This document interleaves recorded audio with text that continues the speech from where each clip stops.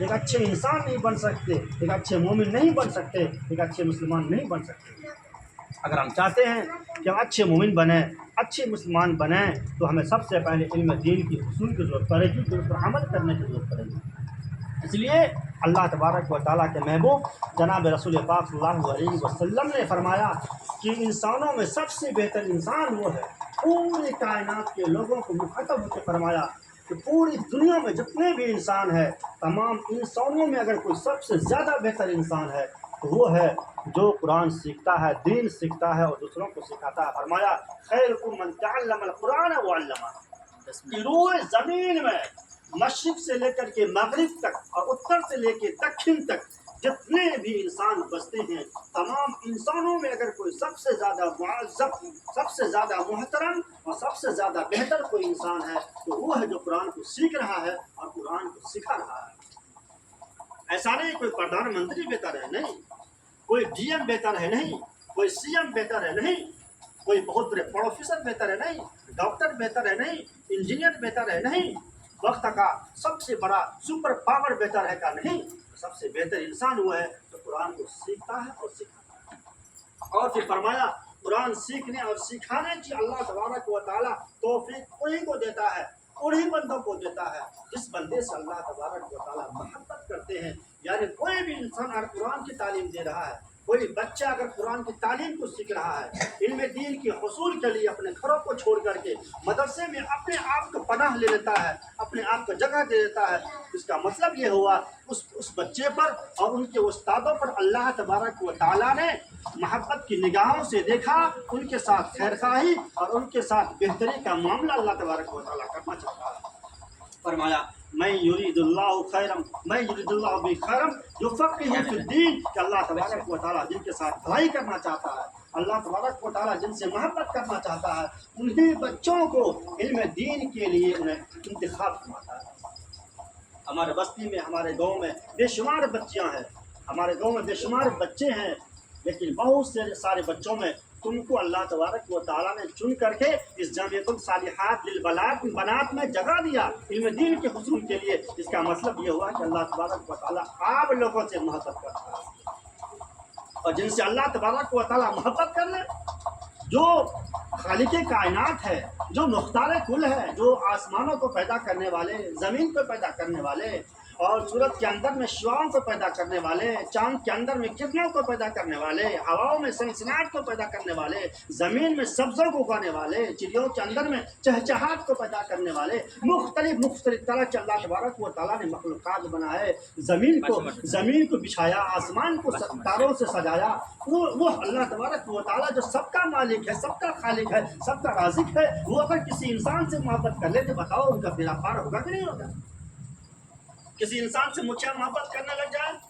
مکھیا اپنے کرسی اپنے بغل میں بیٹھانا شروع کر دے، مکھیا اپنے کرسی کے بغل میں کرسی دے دے اور کہے بیٹھو، لوگ کہے گا بابو دیکھو جن کا پہنچ اونچا تک ہے۔ لیکن کوئی انسان سی ایم کے پاس بیٹھتا، کوئی انسان ڈی ایم کے پاس بیٹھنا شروع کر دے، کوئی انسان پردھان منتری کے پاس بیٹھنا شروع کر دے، ان کا پہنچ اگر پردھان منتری تک ہو، لوگ کیا کہیں گے بھیا ان کا پہنچ تو پردھان منتری تک ہے، ان کا ہونا ان کا مقام تو بہت اونچا ہے۔ لیکن میں کہتا ہوں جس انسان کو اللہ تبارک و تعالیٰ محبت کی نگاہوں سے دیکھتا ہے، اس انسان کے ساتھ اللہ تبارک و تعالیٰ بھلائی کرنا چاہتا ہے، اچھائی اور بہتری کرنا چاہتا ہے، انہیں اللہ تبارک و تعالیٰ علم دین کے لیے چنتا ہے۔ اس کا مطلب ہے وہ بچہ سب سے اعلیٰ ہے، سب سے بہتر ہے، سب سے افضل ہے۔ چاہے کسی انسان کا پہنچ وزیر اعظم تک ہو، چاہے کسی انسان کا پہنچ وزیر اعلیٰ تک ہو، کسی انسان کا پہنچ ڈی ایم تک ہو، کسی انسان کا پہنچ اگر ایس پی تک ہو، ان سے زیادہ بہتر یہ ہے کہ وہ بچہ اپنے گھروں کو چھوڑ کر کے علم دین کے حصول کے لیے مدرسہ میں اپنے آپ کو جگہ دے دیا۔ اس کا مطلب ہے سب سے روئے زمین میں سب سے بہتر، سب سے عمدہ، سب سے افضل، سب سے اعلیٰ وہی بچہ۔ اور ایسے بچے کو اپنے آپ پر گرو محسوس کرنا چاہیے، اپنے پر فخر کرنا چاہیے اور اللہ کا شکر ادا کرنا چاہیے کہ اللہ تبارک و تعالیٰ نے دنیا کے جھمیلوں سے دور کر کے، دنیا کے کاروبار سے دور کر کے ہم کو ایسی جگہ میں